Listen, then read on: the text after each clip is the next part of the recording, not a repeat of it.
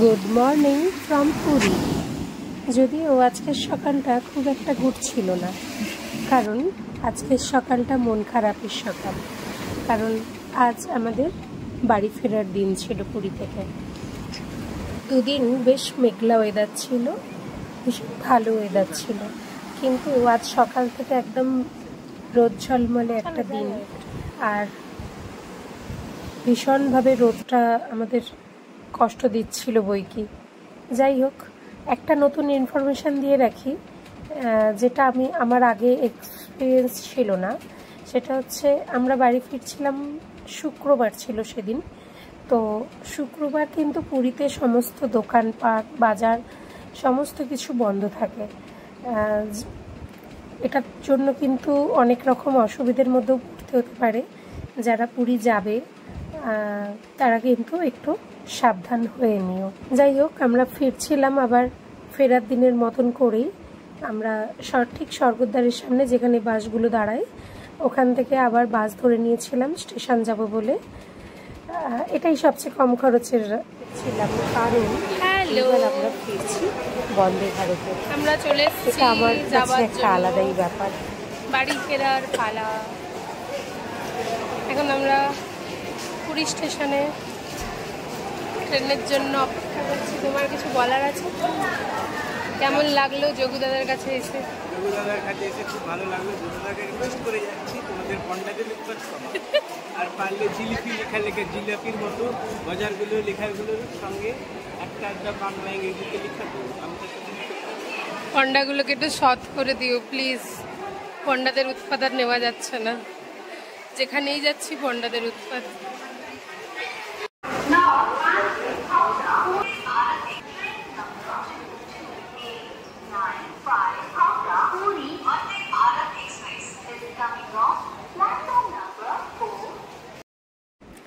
এইবার একটা হাসির কথা বলি, শোনো। লোকে বেড়াতে যাওয়ার সময় এক্সাইটেড থাকে, আর ফেরার সময় মন খারাপ থাকে। আমার এবার ফেরার সময় আমি বেশি এক্সাইটেড ছিলাম, কারণ আমি এবার ফিরছি বন্দে ভারতে। মানে আলাদাই ব্যাপার। প্রত্যেকটা ভ্রমণপ্রিয় বাঙালিরই স্বপ্ন বন্দে ভারতে যাতায়াত করার। যদিও বন্দে ভারত অনেক দিন আগেই চালু হয়েছে, এবং বোধহয় আমি ছাড়া সকলেরই বন্দে ভারত চড়া হয়ে গেছে। কিন্তু যাই হোক, আমার কাছে যেহেতু প্রথমবার ছিল, এটা আমার কাছে ভীষণ স্পেশাল ছিল।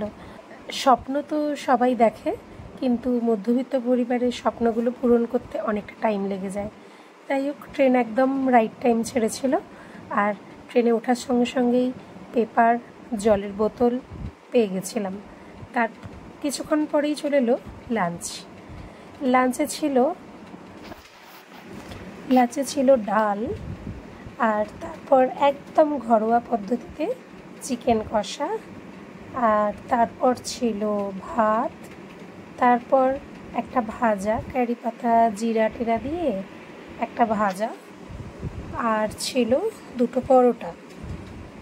পরোটার বদলে কেউ যদি এক্সট্রা রাইস চায় সেটাও কিন্তু দিচ্ছিল, সঙ্গে টক দই। আর লাঞ্চ শেষে পেয়ে গেছিলাম আমুলের আইসক্রিম। তবে এই আইসক্রিম আমার মোটেই পছন্দ হয়নি। আমুল বন্দে ভারতের সাথে কন্ট্যাক্টে গিয়ে নিজের নাম খারাপই করেছে। অন্যদের ব্লগ দেখে শিখেছি, জানো, বাথরুমে গিয়েও ভিডিও করতে হয়। বাথরুমটা কেমন সেটা দেখাতে হবে না, আলাদাই বড়লোকিয়া বাথরুম। হাত পাতলেই জল পড়ে যাচ্ছিল, হাত পাতলেই সাবান পড়ে যাচ্ছিল, আবার হাত শুকিয়েও দিচ্ছিল মেশিন নিজের থেকে। যাই হোক, ট্রেনে দুদিকে, প্রত্যেকটি বগির দুদিকে এরকম স্ক্রিন আছে। স্ক্রিনে ট্রেন কত স্পিডে চলছে, পরবর্তী স্টেশন, আগের স্টেশন বারবার দিতে থাকছিল, এবং সময় সঙ্গে বারবারই দিচ্ছিল। দুপুরে লাঞ্চ সেরে বেশ পেট মোটা করে কিছুক্ষণ ঘুমিয়েই নিলাম। ঘুম ভাঙল ট্রেনেরই একজন দাদার ডাকে। আমাদের স্ন্যাক্স চলে এসছে বিকেলবেলার, আলাদাই ব্যাপার। যাই হোক, এখানে ছিল একটা আপেল জুস, একটা ঝালমুড়ি, একটা ক্যারামেল কর্ন, একটা কফি, ইনস্ট্যান্ট কফি, একটা সসের প্যাকেট, আর সঙ্গে ছিল গরম গরম দুটো কচুরি। আর কিছুক্ষণ পরে আবার গরম জলও দিয়ে গেছিলো কফি গোলার জন্য। কফির বদলে অবশ্য অনেককে চাও দিয়েছে। কারো যদি কফি না খেতে ইচ্ছে করে সে বললে তাকে চেঞ্জও করে দেওয়া হচ্ছিল। আর এই ঝালমুড়ির জায়গায় অনেককে চিড়াও দিয়েছে, বিভিন্ন রকম স্ন্যাক্সের প্যাকেট। যাই হোক, কিছুক্ষণ পর আবার বৃষ্টি নামছিল।